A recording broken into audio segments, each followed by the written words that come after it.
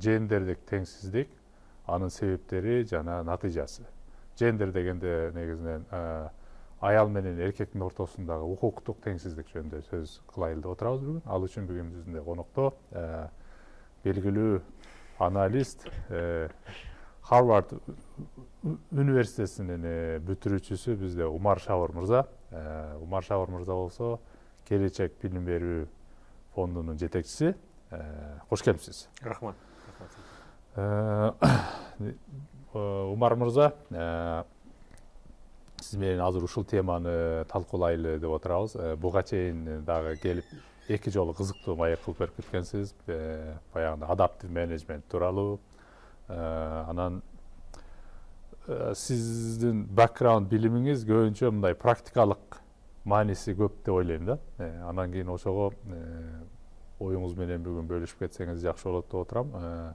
Бизде ушу акыркы мына тилекке каршы бир айдын ичинде могу жендердик теңсиздик тууралуу коомдо мындай көйгөй дагы бир жолу кайталанып чыкканын көрдүк да. Өзгөчө бир жаш кызды алып качып, ал трагедиядан кийин бул жендер маселесине кайра кайтып отурабыз да. Негизи бул кечээ эле пайда болуп калган проблема эмес, бул мурдатан эле болуп жүргөн, бирок ал проблема мондай трагедия формасында коомго көрүнбөйүнчө биз мындай үндөбөй жүрдүк эле да.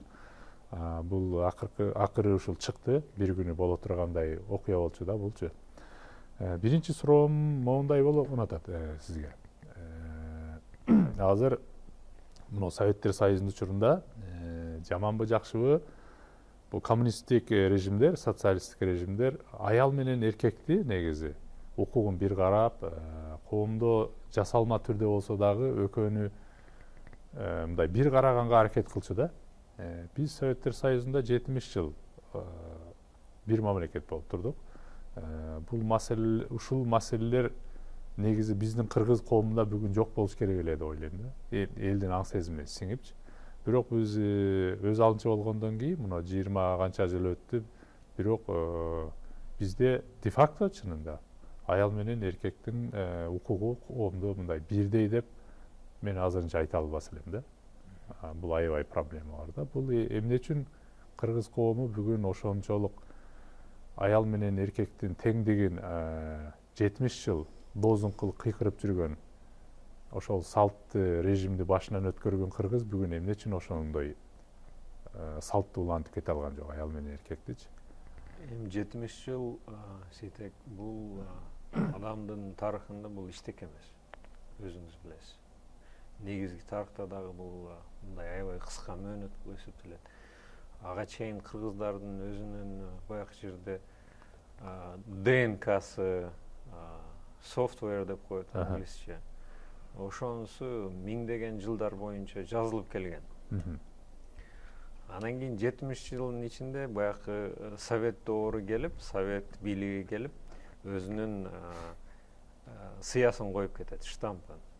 Бирок ал сыясы тез эле өчүп калат. Неге дегенде биз жанагы айтып аткан адамга өзүбүздүн аң сезимибиз, ою пикирибиз, ошонун ичинде аял кишинин оруну, ошол жөнүндө аң сезимибиз, пикирибиз бул ошого чейин мындай таш менен жазылгандай немеде маселе, ошол софтвер. Анан жанагы жерде сиз айткандай советтик доорунда бул ошол 70 жылдын ичинде бул традицияны, аң сезимди, пикирди ошону өчүрө алган эмес. Бул жанагы жерде искусственно, жанагы жерде институттар, эрежелер түзүлүп, ошого аракет кылган. Бирок биз жанагы жерде өзүбүздүн чыныгы софтверибизди, ДНКбызды өзгөртмөйүн сайын бул проблема тилекке каршы кала берет.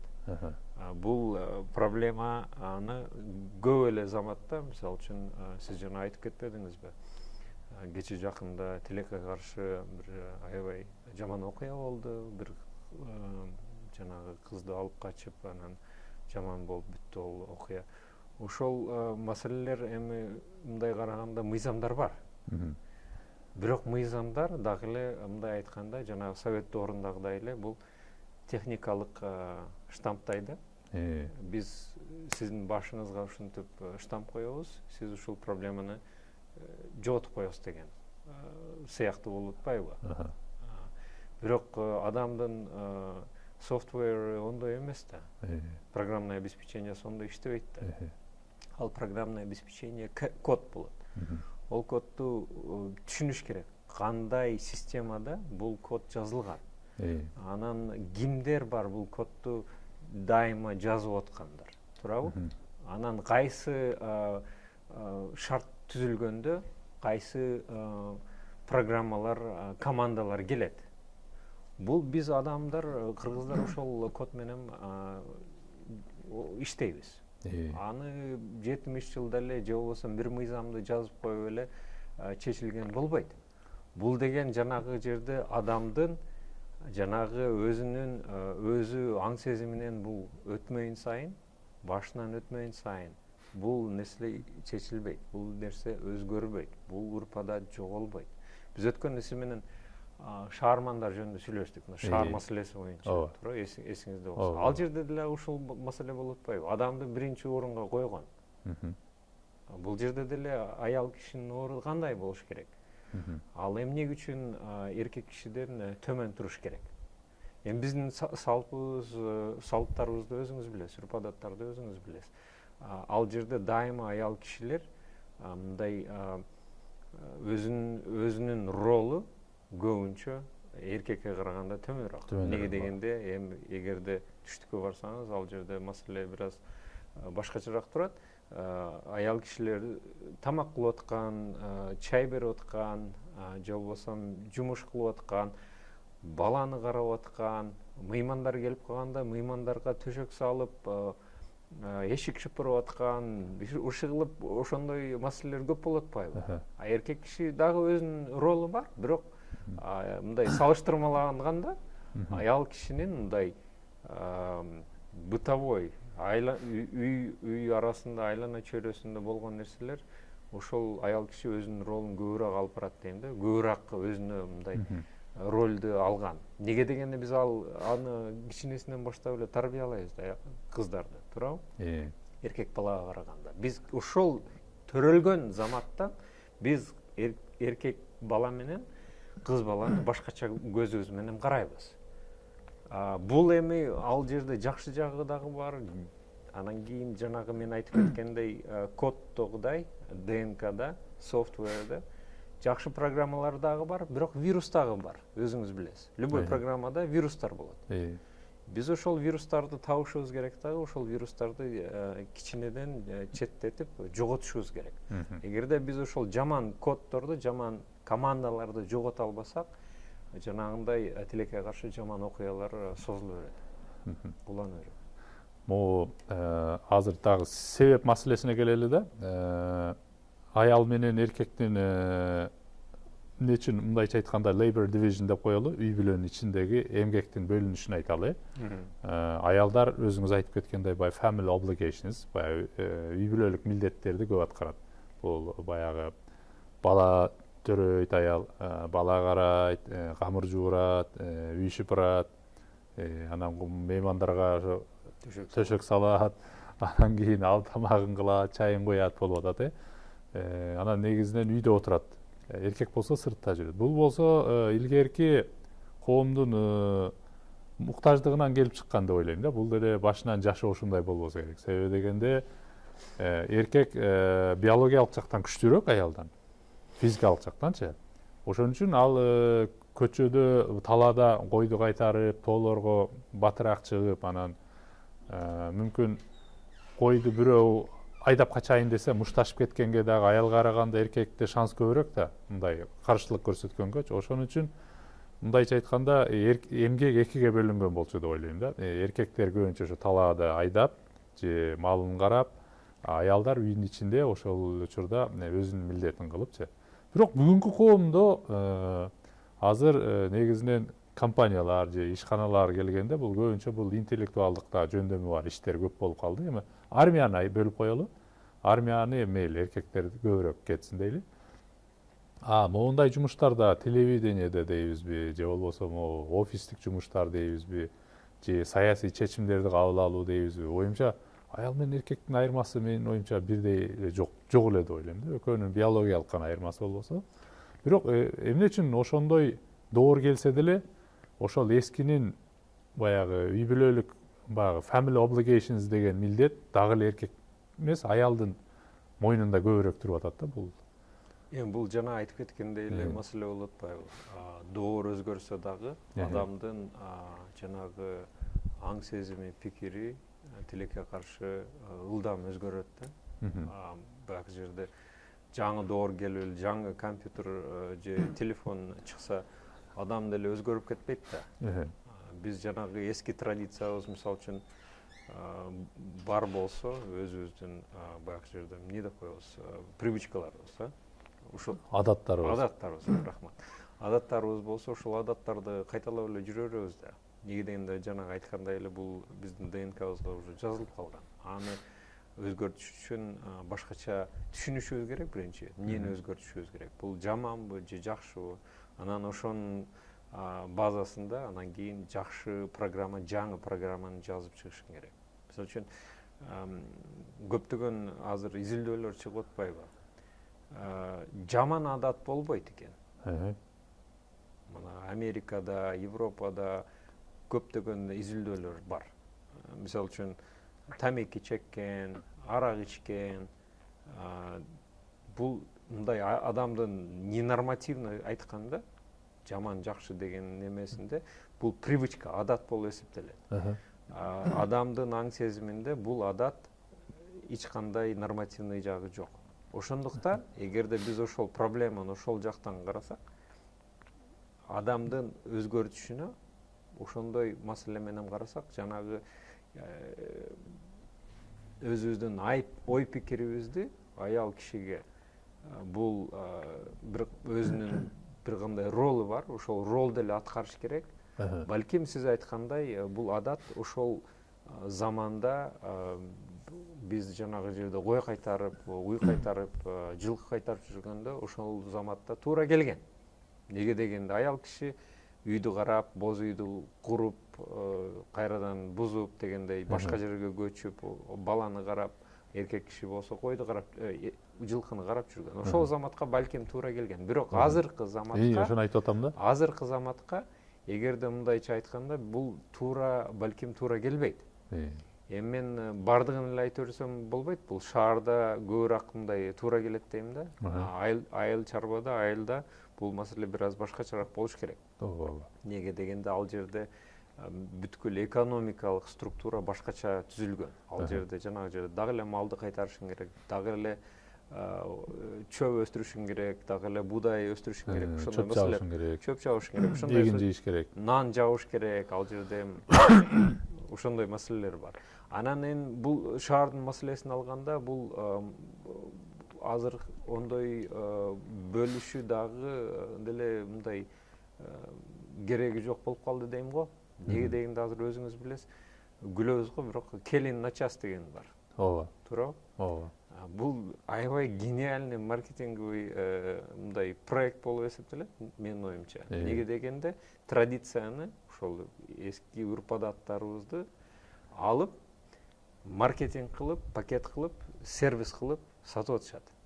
Неге дегенде бир жагынан бара-бара адамдар унутуп атат урп-адаттарды. Туурабы? Ооба. Ошол унуткан чакты бул бизнес келип, ушул өзүнүн решенияларын берип атат. Адамдар өзүнүн урп-адатын унута баштаганда, бул психологический элементтери бар, көбүрөөк баягы жерде катыгыраак фанат болуп калат. Мен балким кыргызча жакшы түшүндүрө албай атам азыр. Эгерде канчалык ушул немеге тырмышып каласың да, бир нерсени жоготорду. Эгерде өзүңүн аң сезимиңи insecure деп коет англисче. Өзүңдү мындай терең сезбесең, сен ошону катыгыраак кармайсың. Бирок эгерде өзүңүн урп-адатыңы, өзүңүн аң сезимиңи, өзүңүн тарыхыңды, идеологияңды жакшы билсең, сен андай кылбайсың. Аял кишинин ору биздин коомдо, биздин өлкөдө бул эркек киши менен бирдей болуш керек. Эркек киши менен бирдей болуш керек. эгерде биз азыркы заманга туура келебиз десек. Мисалы үчүн ушул аял кишинин жанагы сиз айтып атпайсызбы, family obligations, үйдү карап, жанагы жерде шыпырып, нан жаап дегендей, төшөк салып дегендей. Ошол эле маселе үчүн көбүнчө баланы караган үчүн азыр мындай анализдеп көрсөк,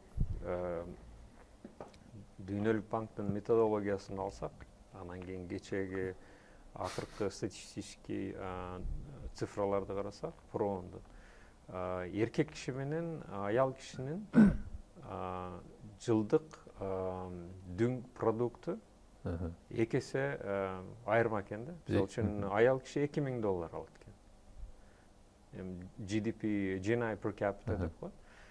Эркек киши болсо $4000.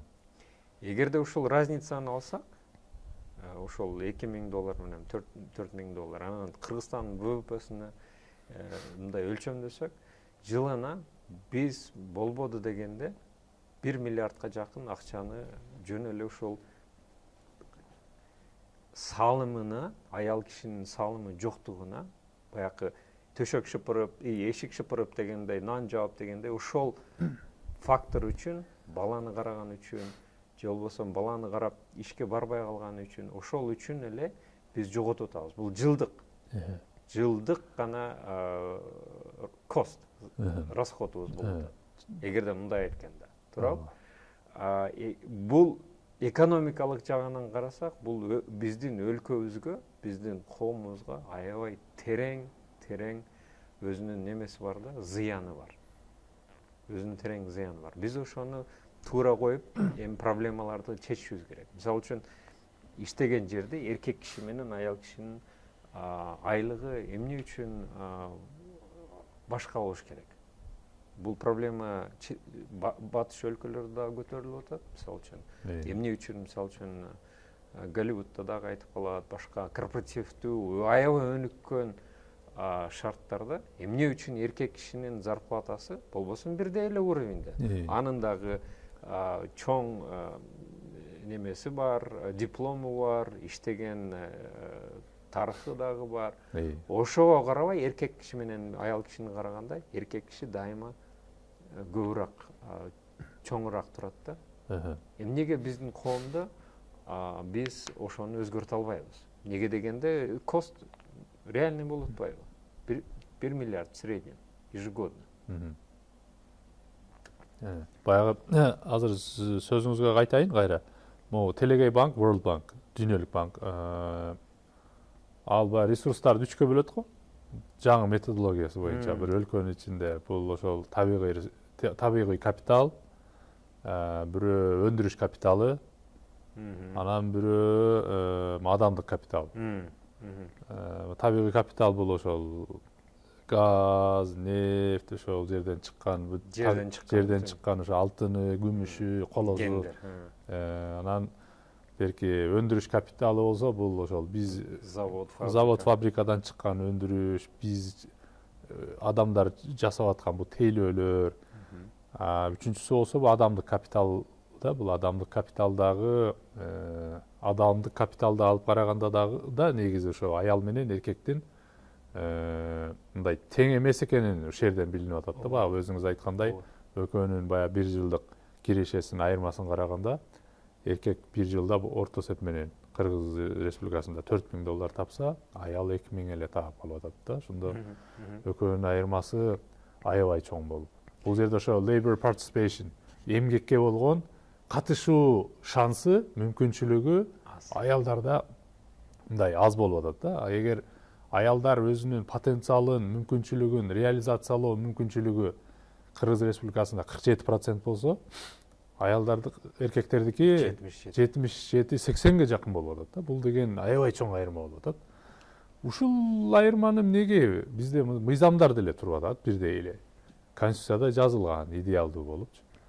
Анан эмнеге иштебей атат дейм да. Эмне үчүн? Бул жанагы дагы эле биздин ДНКбыз, биздин программное обеспечениебиз. Аял киши дипломду алат, анан кийин окуйт, анан кийин ишке кирет.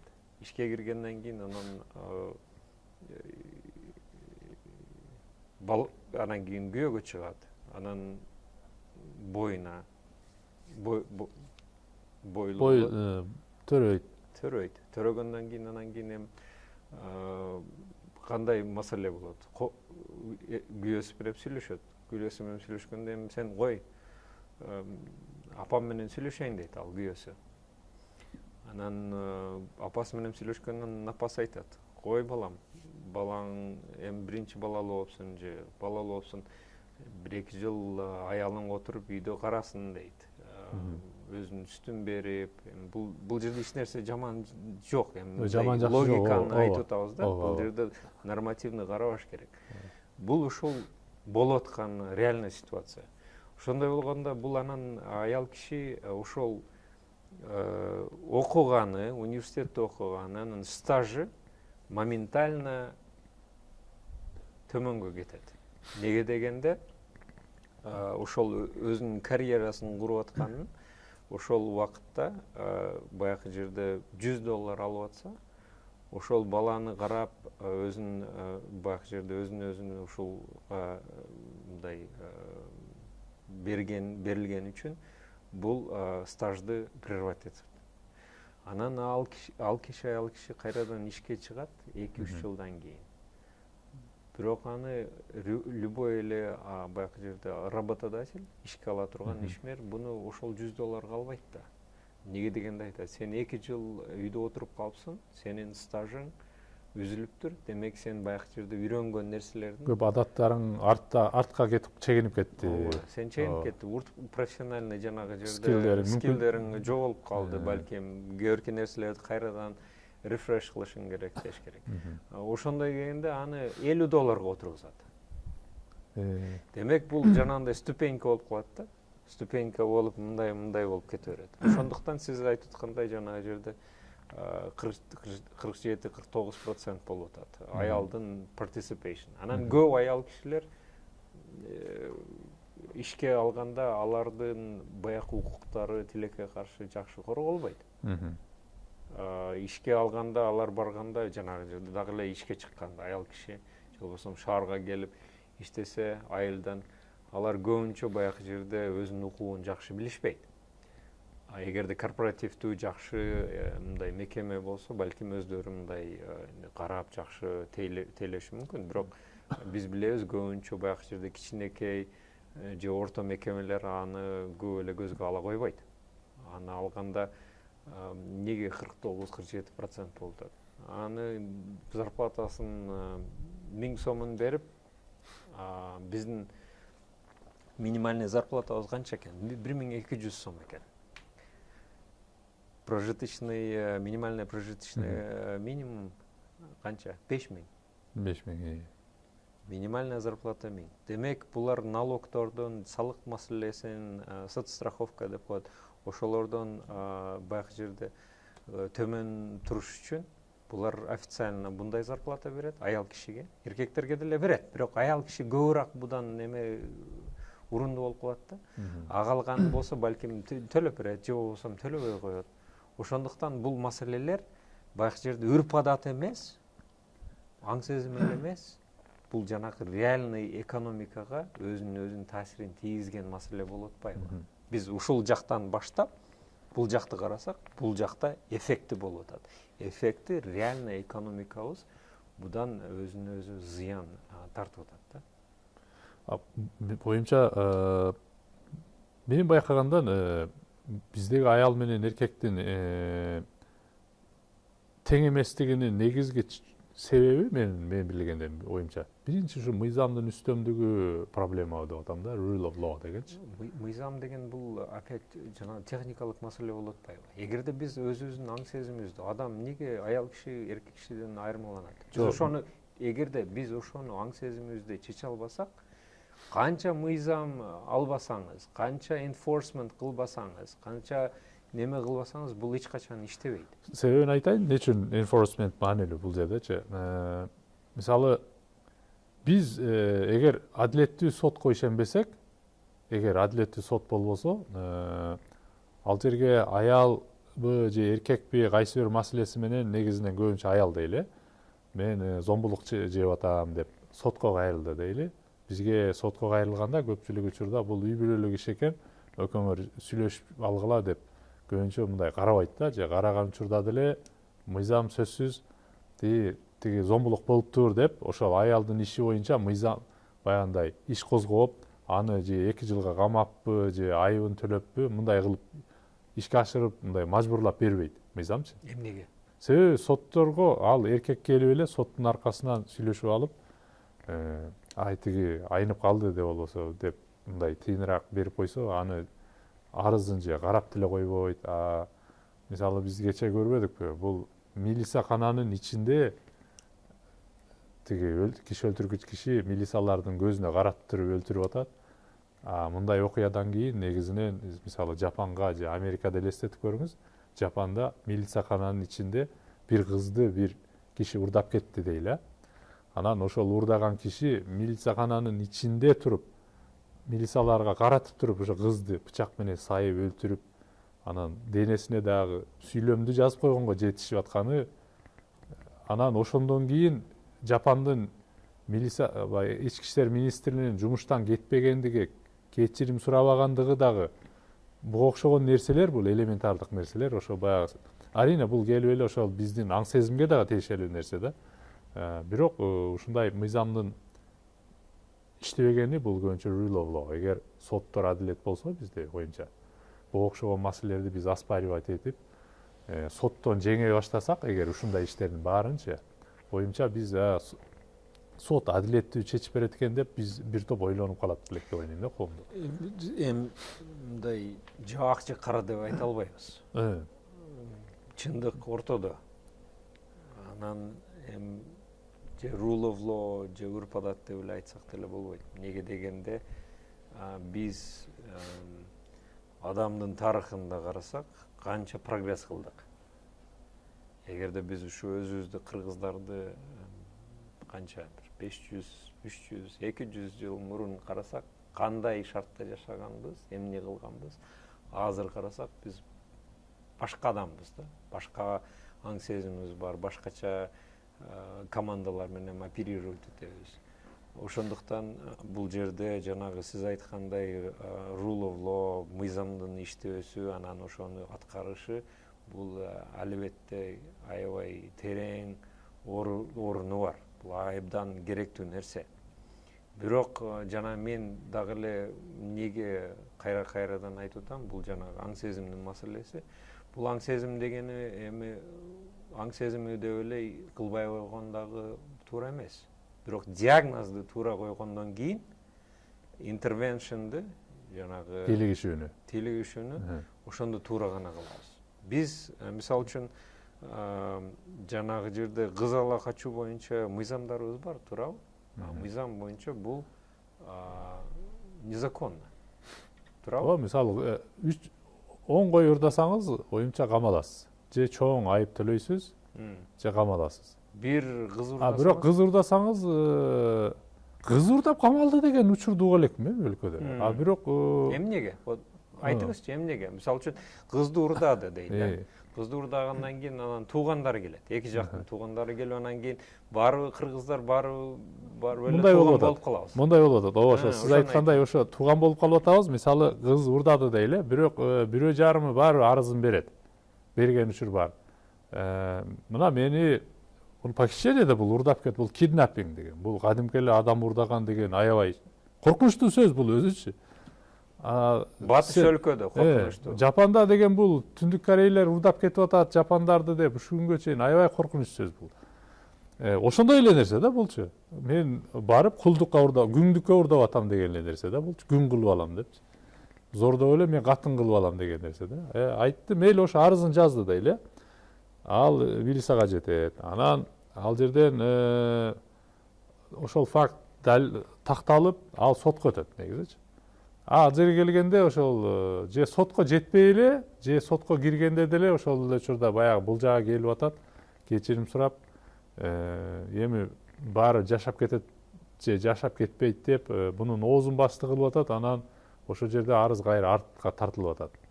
Бул ошол баягы биз же тууган болуп калып атабыз, же ошентип сүйлөшүп алып эле. Бирок мындай факт болгондон кийин, адам урдалды деген факт болгондон кийин, экинчи тарап арызын алса албаса деле ал мыйзам боюнча киши уурдаганга аракет болду деп сөзсүз жазаланыш керекпи деп ойлоп атам да. Дагы эле баягы жерде биз правилалар, эрежелерди, мыйзамдарды коебуз. Бул эрежелер, мыйзамдар адамдын адаттарын өзгөрткөнү тиешелүү. Буну аны билебиз.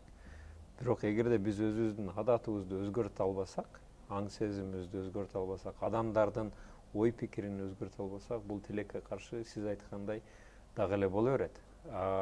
Бул бир жагы. Бирок аң сезимди кантип өзгөртөбүз? Вот ошол эми келип атабыз. Аң сезимибизди өзгөртүш үчүн буга real leadership керек.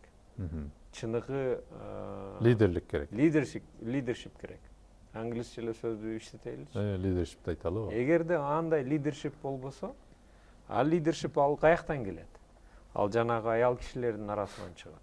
Ошол эле кайны журтунан чыгат, же болбосо эже сиңдисинен чыгат, же болбосо кайны журтунан чыгат. Ошол арасынан бирөө чыгып, "Эй, койгула. Мына мен кыйналдым, мен бул жолдон өттүм. Кара, мен өмүр бою аябай кыйналып жүрөм. Ушундай болдум эле мен дагы. Зордук менен келдим эле. Сүйүү жок. Койгула." Вот ошол лидершип. Ошондой сөздү койгон. Мына кече Роза Отунбаева президентибиз айтты.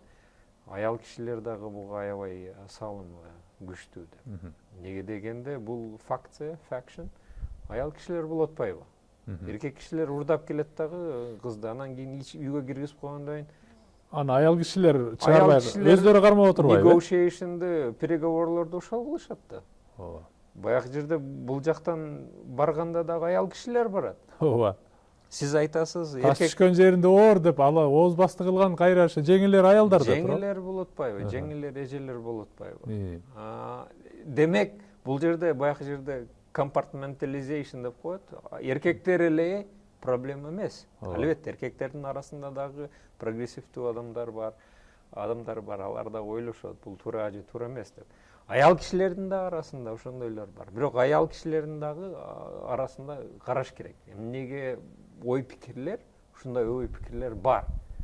Эгерде аял кишилер өздөрүн мындай коргой албаса, өзүнүн баягы жерде доошун сактай албаса, бул эркек кишилерге бир аз кыйыныраак болуп калат да.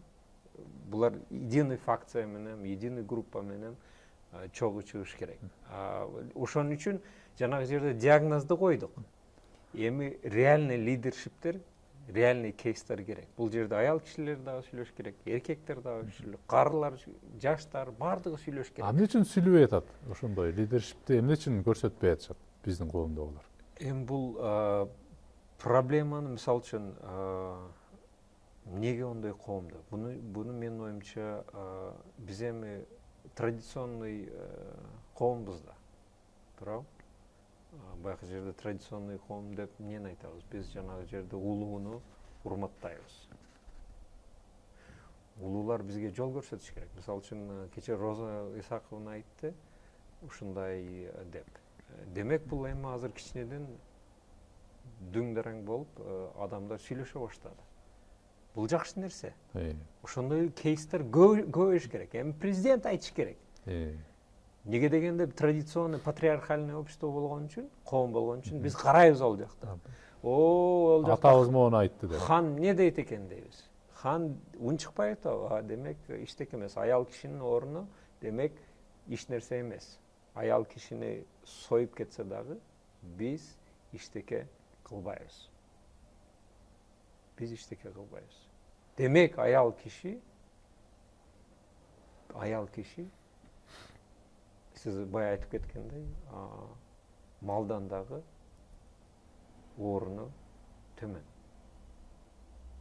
Аны үчүн биз бул маселени ал жактан эле эмес, бул жактан да карашыбыз керек. Кичинесинен баягы төрөлгөндөн баштап, бая мен айтпадымбы?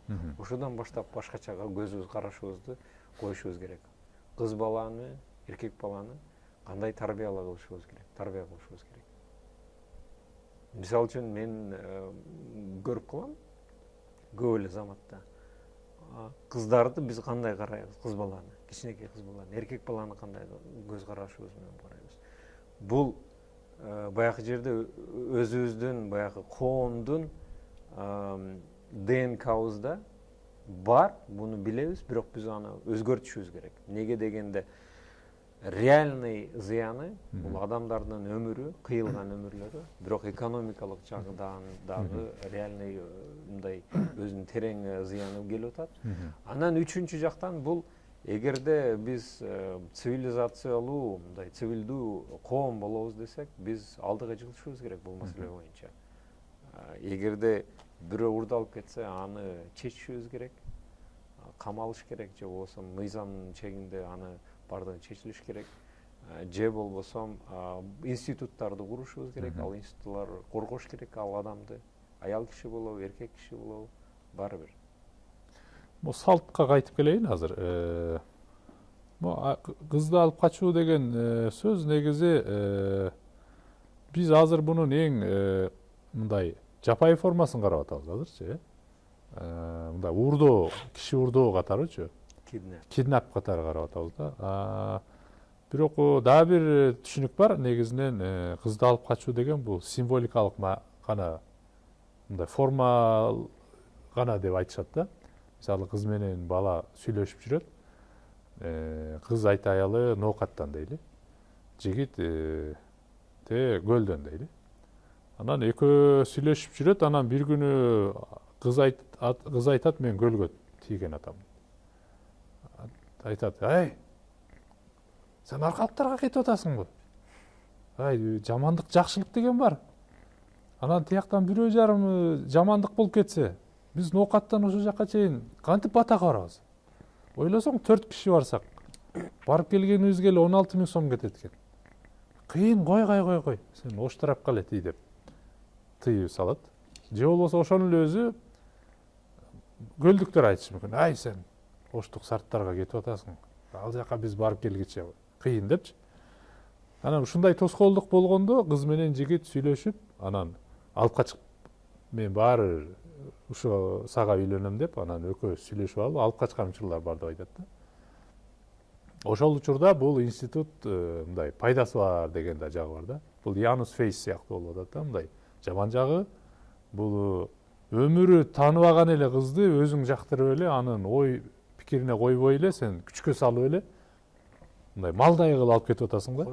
Кой урдагандай кылып эле алып кетип атасың.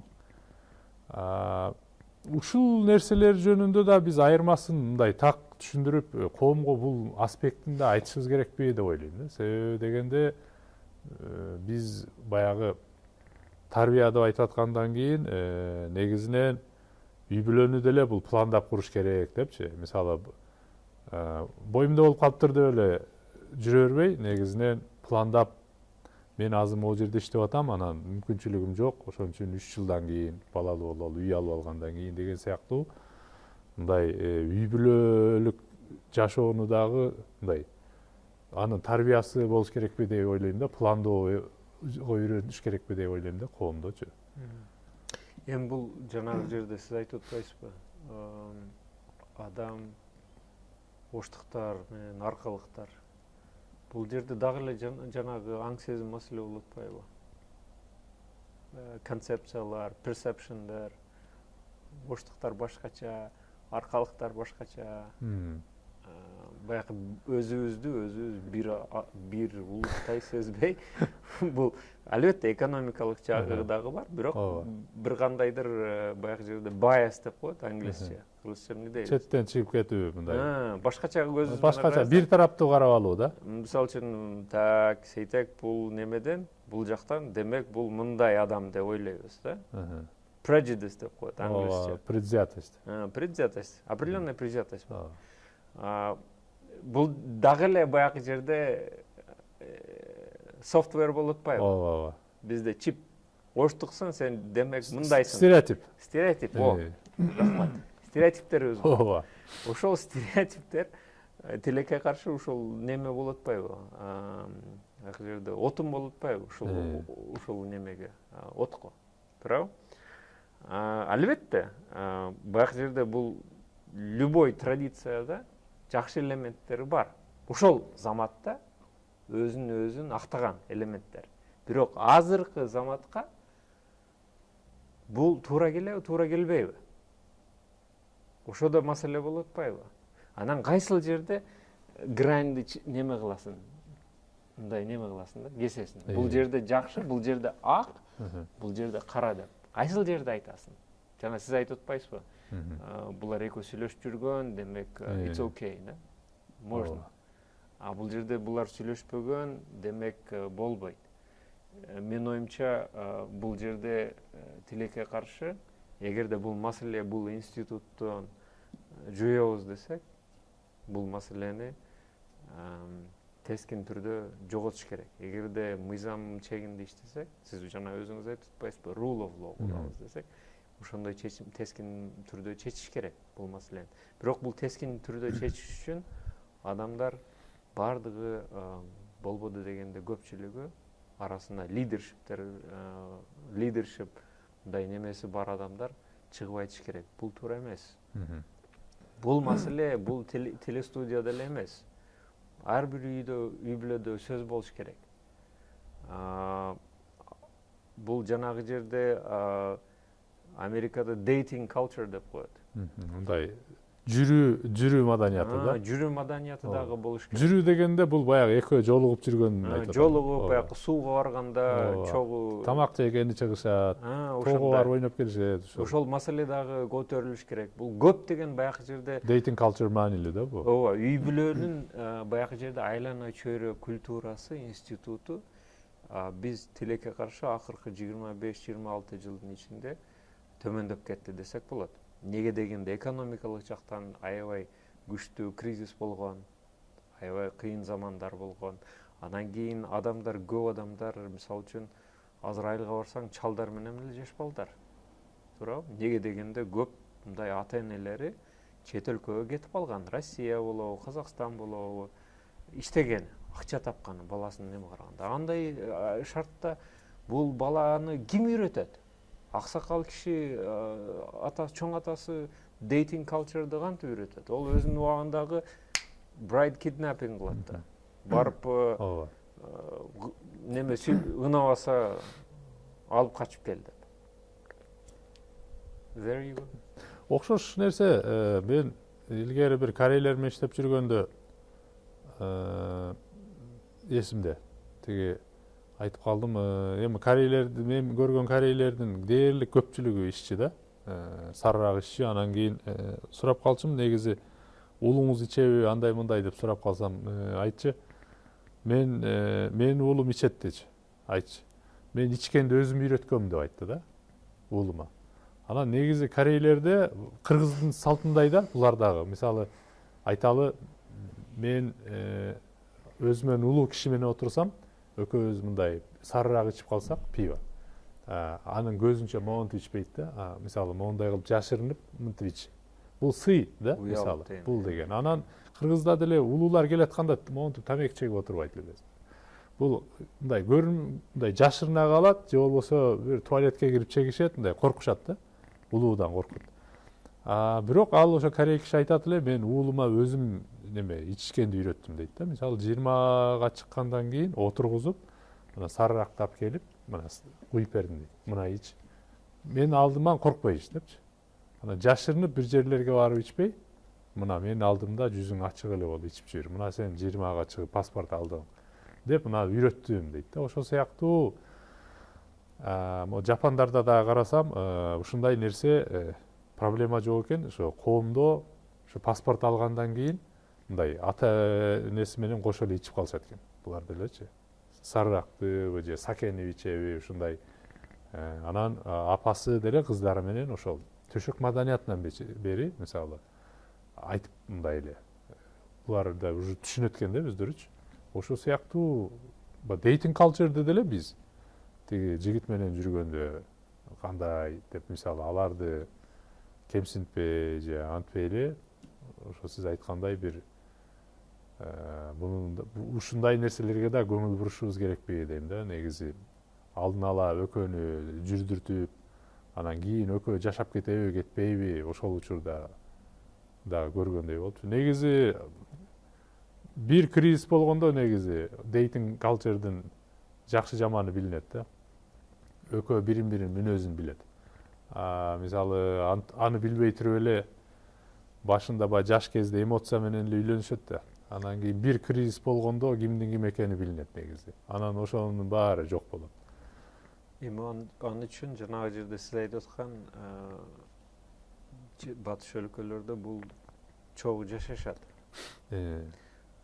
Биздин менталитетке болбойт. Менталитетке бул маселе кандай болот билбейм. Даярбы аябай мунутуп карашат ла. Даяр эмеспи? Чогуу жашап аткан туурабы? Неге дегенде ой кандай ботом булар чогуу жашап атышат, никесиз жок деген маселелер пайда болот туурабы? Бул терең ан сезим мындай ментальность проблема болуп атпайбы? Бирок биз күлүп атабыз. Бул бирок мындай айтканда бул эгерде бул ошол адаттарды чет өлкөдө жакшы деп айтышка туура келбейт. Бирок ошол привычкаларды булар ушуга келишкен. Неге дегенде сиз айткандай булар психология боюнча демек биз эгерде чогуу жашап алсак, демек бир аз кыйыныраак болуп калат экен. Бири-бирибизди үйрөнөйлү. Балким мен аны адам катары көрүп, мен анын ой пикирин түшүнөйүн, бул кандай адам. Баягы жерде сиз айткандай бул кул эмес.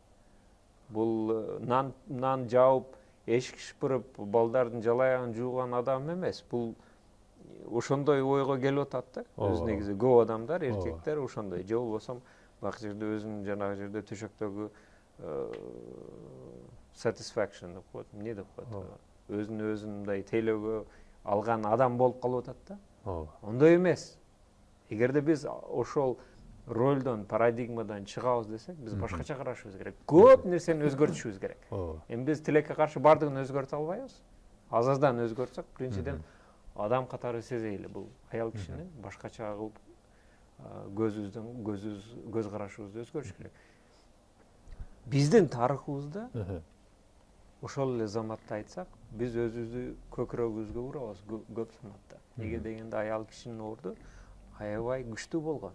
Президентибиз болгон, Курманжан Датка болгон, Жаңыл мырза болгон. Көп аялдар, мисалы үчүн перестройкадан кийин баягы эгемендүүлүк жылдарыбызда биздин экономиканы, биздин коомду ким көтөргөн? Аял кишилер көтөргөн.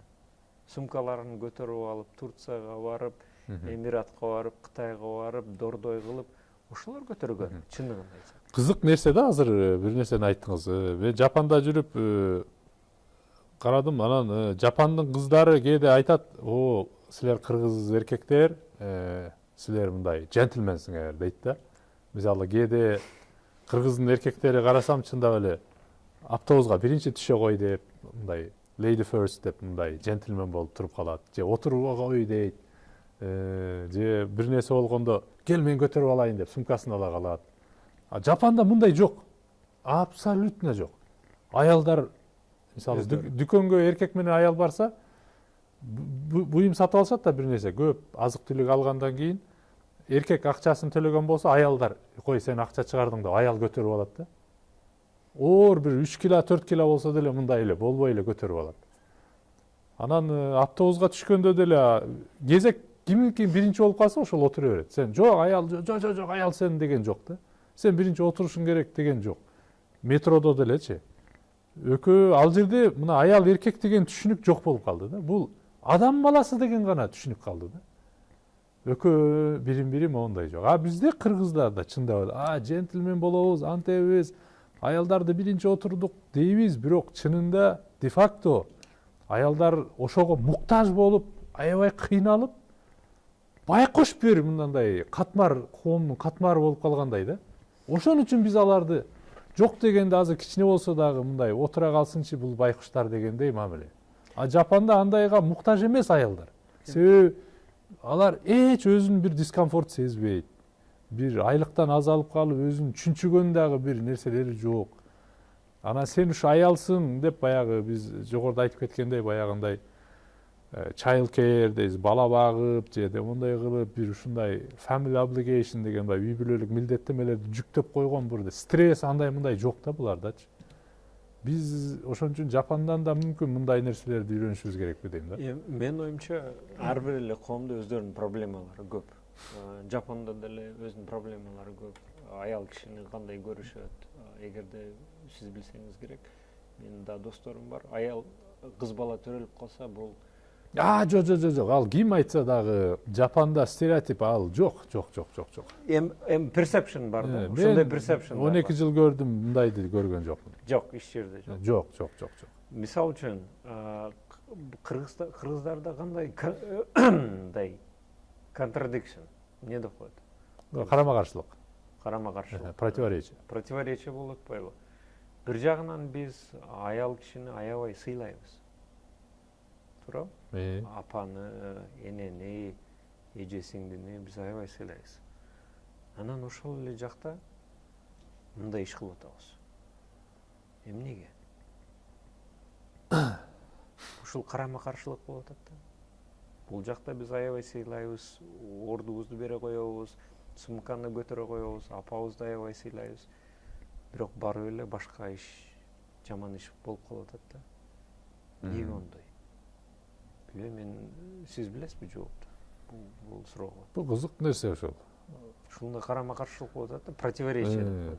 Анан ошо негизи коомдо мен ойлойм, ошо бизге тарбия дагы керекпи деп атам да, мондай биз башка жактыкын деле кичине колдонуп, ошол бир чоң проблемалардын бири бул азыр ошол могу аялды мынандай үйдө баягы бир кино бар го, Боз салкын деген кинодо айтат го, тиги сен мени алып качкан атасыңар, сен үйдө уй саганга киши жок болуп атабы депчи. Уй сагыч машиненин ролун аялга тапшырган атышат да эми. Ошол сыяктуу проблемалар бул баягы early marriage, эрте үйлөнүп калуу маселесин дагы биз жоюшубуз керек дейм да. Мындай тарбия берипчи. 23 жаштагы жигит бул бөбөк да, али бала да. Мектепте эми, университетте эми бүтүп аткан бала бул эмнени билет жашоодо? 30га келип үйлөнсө болбойбу эмне? 33, 35ке келип үйлөнсө болбойбу? Ал 35ке келип калганда оюмча ал 33 же 38 жаштагы аялды урдабайт эле деп ойлойм да булчу. Бул жашоону көрүп калат эле, бир топ практика көрүп, жашоонун ысык-сугун көрүп калат болчу, өзү бала болбойчу. 23-24 жаштагы балдар бул али балапан да. Жашоону эмнени билет дейсиңби? Алар туруп 23 жаштагы жигит, 21 жаштагы, 20 жаштагы дагы бир балапан да алып качып атат. Булар дагы өздөрү бала да, али жаш кичкей. Бул ошон үчүн мындай нерселерди ошол алага чыкканда маселени кылайлы. Бул эми өзү эле так мен бүгүн туруп буну алага чейин деп ой келбейт да. Бул көптөн бери келаткан маселе болуп атпайбы? Буну бирөө кулагына айтат. Ушундай кыл. Үйлөнбөйсүңбү? Үйлөнбөйсүңбү деп. Анан таппай бечара анан кыйналат. Апанын апасы, атасы айтат. Ким айтып атат? Апасы мүмкүн айтып аткандыр ошол эле. Келин алып кел депчи. Бул жерде бир эле ушул бечара эмес. Бул жерде баардык айлана чөйрөдөгү адамдар, факциялар өзүнүн салымын терең беришет. Анан ошо 22 жаштагы бала болбосо өзү эле ошо аң сезими жетип, ошо үй бүлө курганга даяр болуп, финансылык материалын чечип, жок дегенде айына $700 кирешелерди уюштуруп коюп, квартира алып, бир машина алып коюп, анан үйлөнүп аткан жок да. Ошо апасы. Апасы айтат. Биз эми небере көрөлүбү дейт. Качан бизге небере бересиң дейт. Анан бечаранан кыйналып анан ушул жолго түшөт да. 20 жаштагы балапанды урдап келип атат. Анан ошондой болуп атат, туурабы? Ажырашкандары дагы көп болгон себебинин бири ушул. Туура. Ажырашкандын себеби дагы эле зыяны. Бул жерге өкмөткө, коомго өзүнүн зыяны келип атпайбы? Ошондуктан бул жанагы цифралар эле эмес, миллиард. Бул жерде башка мындай intangible, неосязаемый, неощутимый затраттар көп болуп атат коомубузга. Стресс, эмоции. Эмне кылсак болот? Ушундай маселелерди азайтыш үчүн бизде аз убакыт калды. Менин оюмча, эми бул жерде жанагы жерде тарбия маселеси, policy suggestion'дан албетте бул жерде тарбия маселесин көтөрүшүбүз керек. мектептерде, бала бакчада ушудан баштап башташыбыз керек. Enforcemenттен дагы албетте чоң маселе. Бул маселе менен биз эле гана мындай кезигишкен жокпуз. Башка өлкөлөрдө деле андай проблемалар көп. Мисалы үчүн Америка Кошмо Штаттарда domestic violence деп коет. Үй бүлөлүк зомбулук. Үй бүлөлүк зомбулук. Ал жерде бул проблема дагы эле бар, бирок ал проблеманы азайтышат. Кантип азайтышат? Полиция барганда, милиция барганда кандай эрежелер бар? Эмне кылыш керек? Эмнени сураш керек? Кандай телефондорго звонок этиш керек? Өлкө өзүнүн каражатын берет, баягы жерде мындай safe house деп коет. Баягы жерде бир кандай үйгө барып, ошол жерге өзүн өзү сактаса болот. Ошондой маселелерди кылышыбыз керек. Бирок ошону кылыш үчүн биз баардыгыбыз мындай туура келишибиз керек да. Аял кишинин орду биздин коомдо бирдей. Эркек кишини менен аял кишинин орду бирдей. Аял кишинин иши бул эле эмес. Орду бирдей, мүмкүн укугу бирдей эмес болуп калып атат. Ошондой болуп атпайбы? Противоречие болуп, карама-каршылык болуп атпайбы? Биз ошону противоречияны жоюшубуз керек. Бирок жоюш үчүн дагы эле тарбиядан башталат, адабияттан башталат, айылдан башталат, үй бүлөдөн башталат бул сөздөрдү. Эгерде биз policy деп атабыз, бул policyга мындай баягы жерде механикалык, техникалык жактан келе албайбыз. Бул убакыт керек. Кээ бир нерселерди албетте кылыш керек. Adaptive management. Ар бир үй бүлө өзү түшүнүш керек болуп атат. Adaptive leadership'тер керек. Ар бир адамдар, ар бир үй бүлөдөн "Hey" деп айтыш керек бирөө. Силер эмне кыласыңар бул кызды неме ала качып? Же эмнеге бул кыз бала мындай өсүп атат? Эмнеге ол 10 класска барып эле университетке барбай калды? Эмнеге дегенде силер ойлойсуңар, эми ал жерде экономикалык ресурс дагы бар. Айтат, эгерде бир бала, бир кызы болсо, акчасы бирөөгө эле жетсе, кимди жөнөтөт университетке? Баланы жөнөтөт. Баланы жөнөтүп салат. Анда эмесе, Умар мырза бүгүн атайын убакыт бөлүп, мындай кызыктуу теманы улантып бергениңизге мен чоң алкыш айтам. Оюмча бир топ мындай ачкыч сөздөрдү айтып кеттиңиз. Негизи бүт жалпы коомдун мындай проблемасы депчи, бул лидершип жөнүндө да. Жакшы сөз болдук. Сизге чоң алкыш айтам. Рахмат. Урматтуу көрүүчүлөр, эмесе биздин бүгүнкү улустөр жана турмуш көрсөтүүбүздүн кезектеги чыгарылышы аягына келип жетти. Бүгүн биз жендердик теңсиздик, анын себептери жана натыйжасы тууралуу Умар Шауыр мырза менен талкуу кылдык. Мен сиздер менен кайрадан кийинки көрсөтүүдө жолугушкача кайыр кош айтам. Жакшы отуруңуздар.